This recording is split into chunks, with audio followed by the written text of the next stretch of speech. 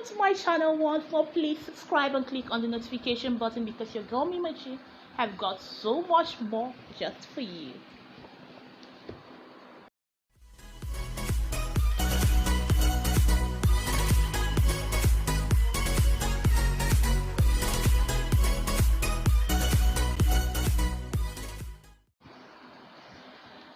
Hello and good morning. You're welcome to my channel once more. It's your girl Mima-chi, and today I am starting a new series with you titled My Skin and I.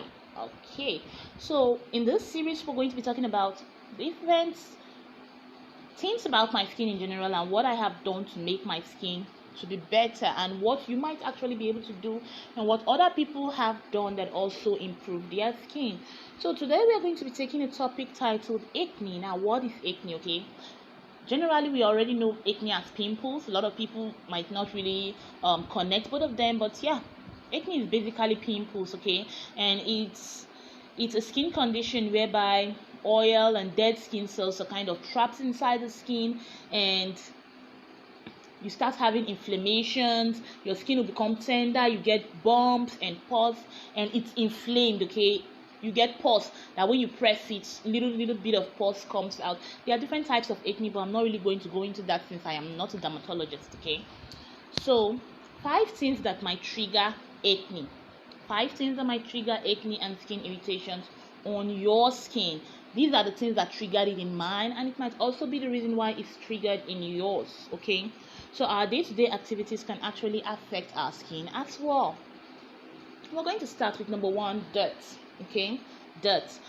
A lot of people do not even realize how many times they touch their skin in a day. How many times they actually touch their face. As in the face, you just like, oh, I want to remove this. Oh, it's itching me here, there, here and there. And you just use dirty hands to touch your face. This can actually alleviate your skin. It can actually make you develop acne if you have an oil prone skin. If you have an oily skin, a very oily skin, and you are acne prone, those with oily skin actually have a very high rate of developing acne. Yeah, some with combination skin also have acne, but it's mostly in those that have oily skin type. But that doesn't mean that other skin types can't develop acne. Surprisingly, there are a lot of people with oily skin that don't even have acne.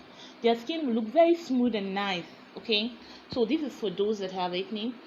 Then we have pillowcases, dirty pillowcases, touching your face with dirty hands. Okay, then when you are not using a hair bonnet, when you do not use a hair bonnet, you know what a hair bonnet is. Okay, it's used to cover our hair. I'm not talking about your hair net, no, hair bonnet. Hair products can actually get onto your pillow, and when you sleep on them, your it's going to transfer to your pillowcases, and then it's going to transfer onto your face. Now, we use different ingredients to produce skincare and hair care products. So some ingredients that we actually use in the production of hair care products are not really that good for the skin, and our skin, our face is actually very, very sensitive, and by that transferring to your face, it can actually clog your pores and also make you develop acne. Okay, then another thing on the dirt is actually wearing of makeup to bed. A lot of people do this. Wow, a lot of people actually do this. You just come back, you just use your wipes and wipe your face, and then you just go to bed. You feel that you are good to go. Even if you're not going to take a bath in the night, at least try to wash your face. Try to cleanse your face. Try to clear your pores. Okay, your pores, you use a lot of things when you apply makeup. You use primer, you use matte foundation that actually clog the pores.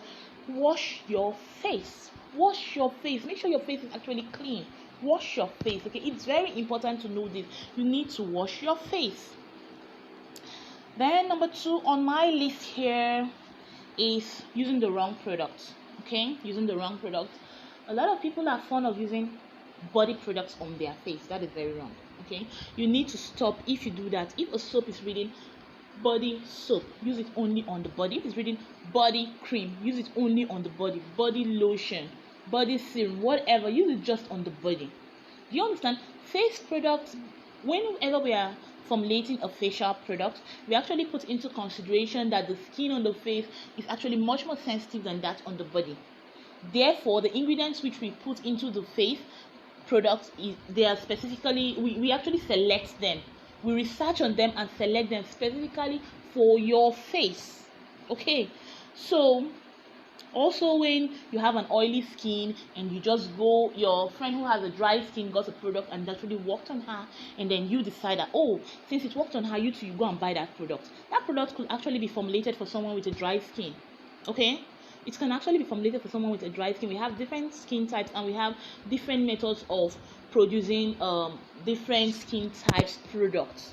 Okay, there are specific oils which I can use in the production of formula for someone with a dry skin, and there's specific oils that are actually used in the production for someone with an oily skin. Okay, so for instance, I am making a product for someone with a dry skin. Okay, I'll throw in some emollients that have healing qualities. Okay, because I know someone with a dry skin basically will have tears on the skin, will have cracks, they'll have a painfully dry skin. So I'm going to actually look for some emollients that actually they might actually have high comedogenic ratings, and even if they do not have high comedogenic ratings, okay, I'm going to be applying some herbs into that product. I'm going to be using emollients that have vulnerable capabilities. Okay, vulnerable definitely means like healing. Okay, it has a healing components in them. So those are the kind of ingredients I'm going to use, and ingredients that can actually help trigger the skin healing. So you should actually know that your skin type, based on your skin type, you have to choose products based on your skin type. There's some products that are written for oily skin and some for dry skin. So whenever you are going for any product, try to go for that is for your skin type, which is basically oily skin, because it's mostly oily skin and combination skin types that actually develop acne.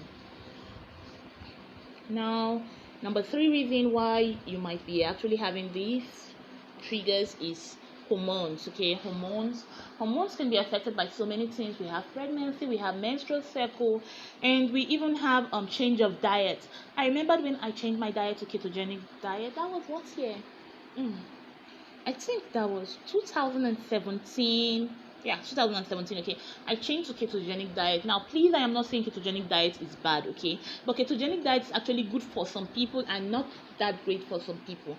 So when I actually used ketogenic diet, for the first 2 weeks I was fine, and then suddenly I had breakouts. My skin was like red and breakouts. I was sick, I was throwing up, and so much more. Okay, so your diet can actually also affect your hormones. Okay, it can change your hormones, and then your hormones in general can actually affect it. There's some people that just have breakouts during the menstrual cycle.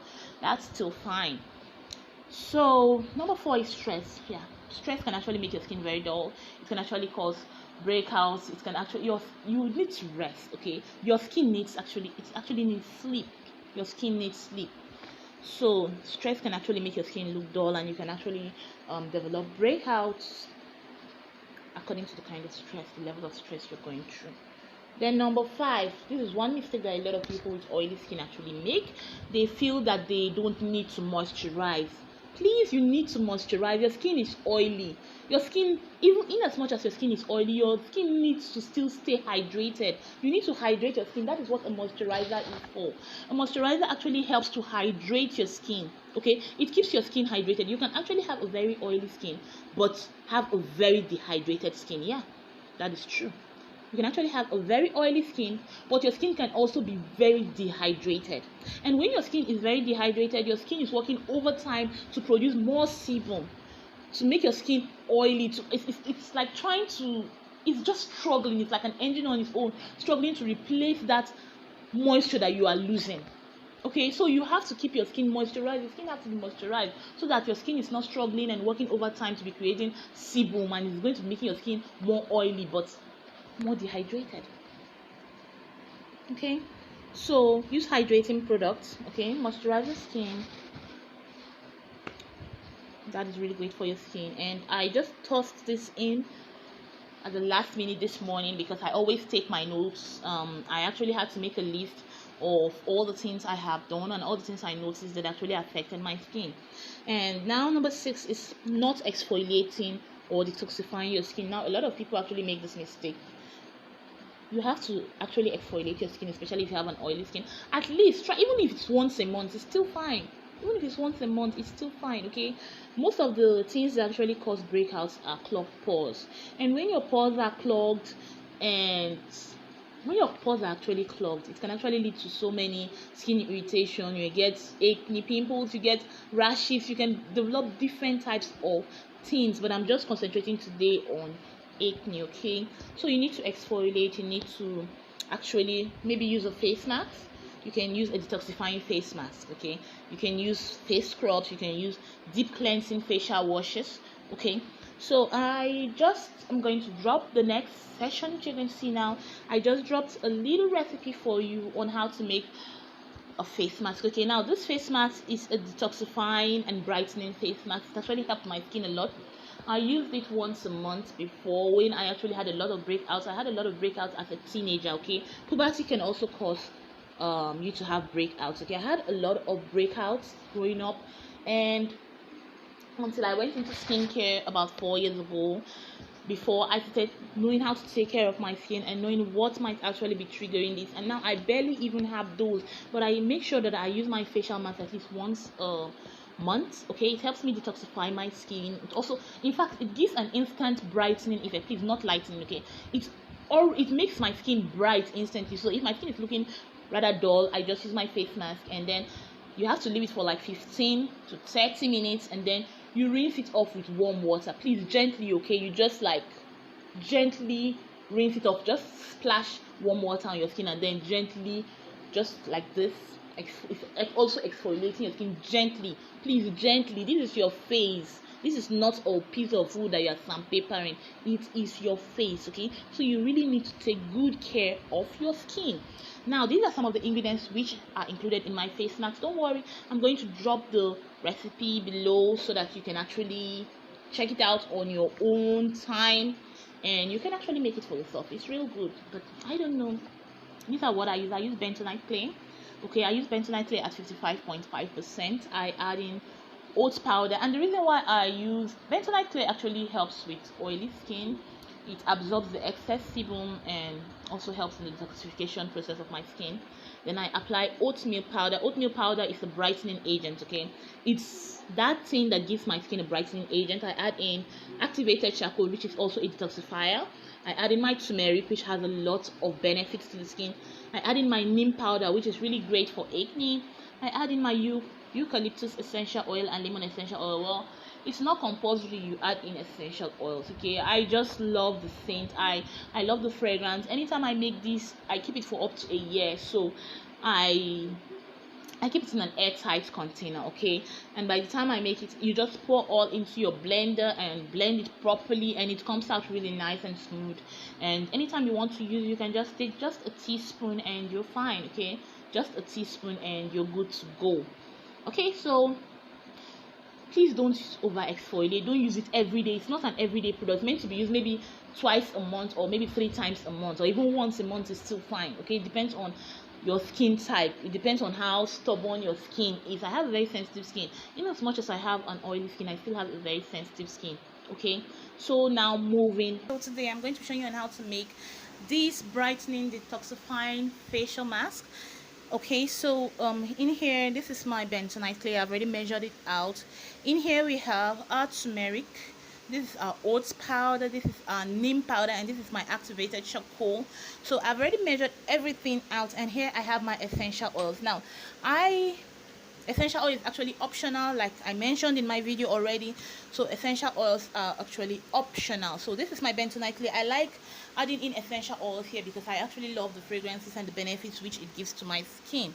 So I am going to be measuring out my essential oil. Here is my eucalyptus essential oil.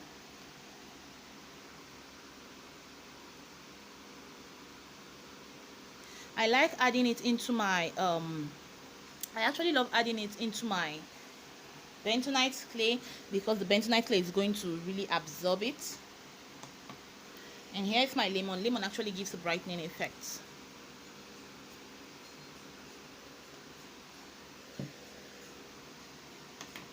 So I actually mix it in here first.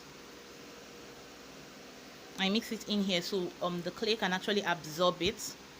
I also like blending my mixture because it gives me a very smooth consistency, and it also helps all the whole ingredients to go around properly. So now I add my Bentonite Clay into this, and I give it a little bit of stir. I don't really bother myself mixing it too much because I know at the end of the day everything is going to go into my blender. So please, this is not the blender you use at home. This is actually, you have to get a separate one if you intend to start up your skincare line. You don't use the one you use to grind pepper or spices for this.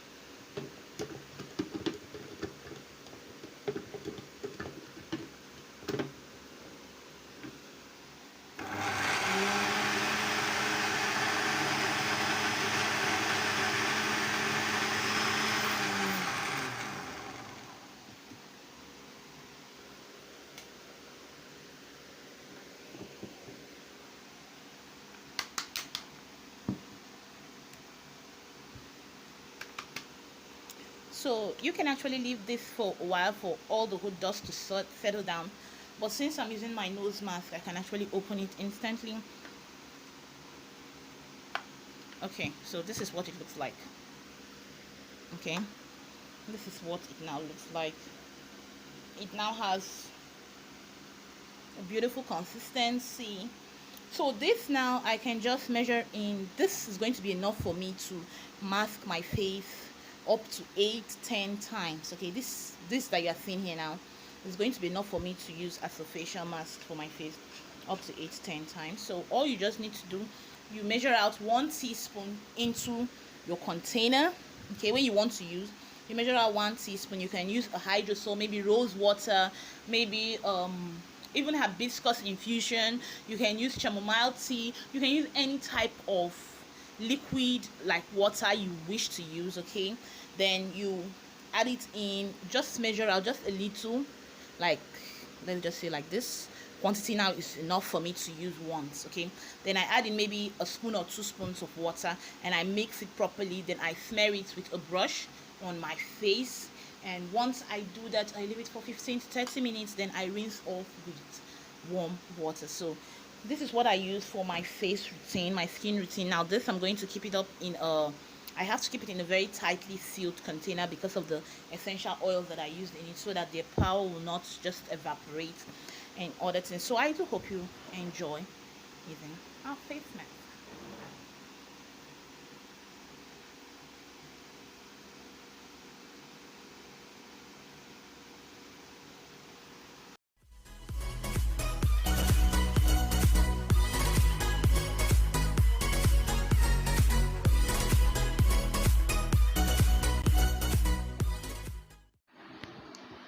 You're welcome back.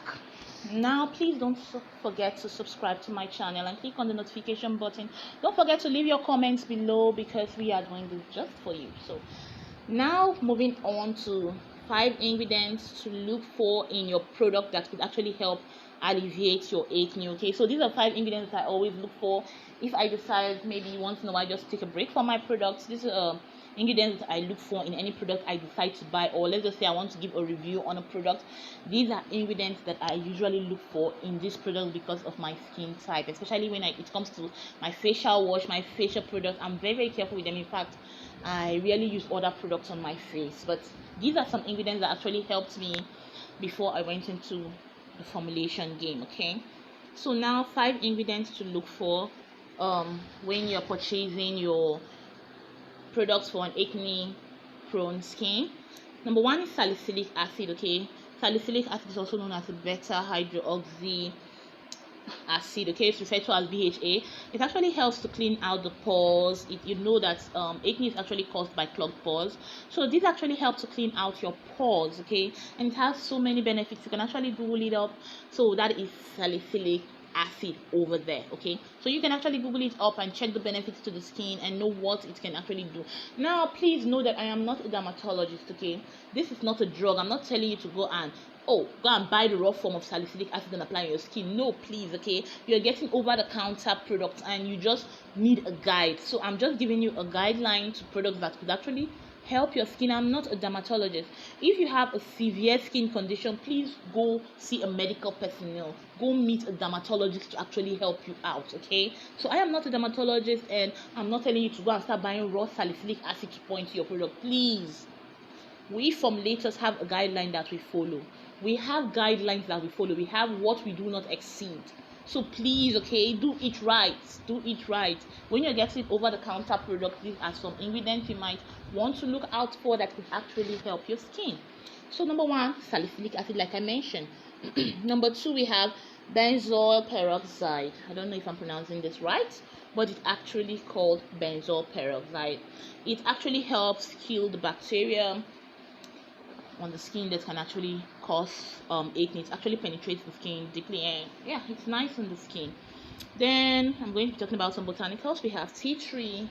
Okay, it contains anti-inflammatory and antimicrobial properties. Then we have eucalyptus. It's also similar to tea tree. Okay, they actually contain similar properties. Then we have neem. Okay, I love neem. Neem smells badly, but yeah, it's really nice on the skin, especially when you are acne prone. So it also has similar properties to tea tree and eucalyptus, and it promotes wound healing. Okay, it also has anti-aging properties and so much more. So now that I have come to the end of today's session, I do hope that you subscribe and click on the notification button with Mima-chi. So today, the series that we just ended now is titled My Skin and I with Mima-chi. So please tune into this channel. We're always going to be bringing you lots of wonderful things. I do hope you really enjoyed today's video. Do have a wonderful day. Bye.